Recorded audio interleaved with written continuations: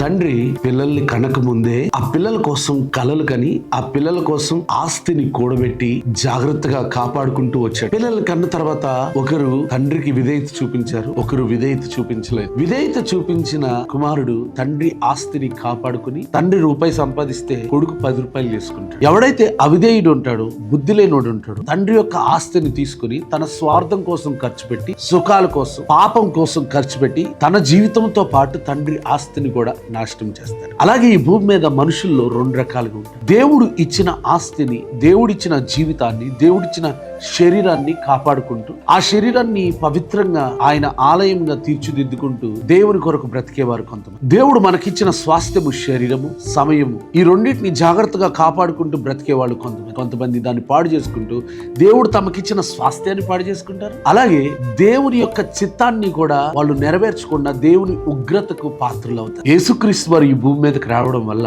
ఆ యేసుక్రీస్తు వారు మరణించడం వల్ల, ఆయన రక్తము ద్వారా మనల్ని పవిత్రపరచడం వల్ల దేవుడు మనకు తండ్రి అయి ఉన్నాడని, ఆ తండ్రి యొక్క చిత్తాన్ని నెరవేర్చడానికి మనందరం ఉన్నామని ఒక మార్గాన్ని ఏర్పాటు చేసి ఉన్నారు. రోమీయులకు రాసిన పత్రిక 5వ అధ్యాయం 9వ వచనంలో, కాబట్టి ఆయన రక్తం వల్ల ఇప్పుడు నీతిమంతులుగా తీర్చబడి మరింత నిత్యముగా ఆయన ద్వారా ఉగ్రత నుండి రక్షింపబడుదుము. మనం ఇంకా పాపలుగా ఉండగానే దేవుడు మన కొరకు చనిపోయి ఉన్నాడు అంటే ఆయన మన యుద్ధ నుండి ఏం ఎక్స్పెక్ట్ చేయట్లేదు. కానీ ఆయన మూలమున తిరిగి జన్మించగలిగితే, ఆయన రక్తము కలిగి జీవించగలిగితే, మన తల్లిదండ్రుల రక్తం గురించి గొప్పగా చెప్పుకుంటాం. నేను ఎవరి రక్తము తెలుసా, మా నాన్నగారు ఎవరో తెలుసా, మా తాతగారు ఎవరో తెలుసా అని చెప్పుకుంటాం.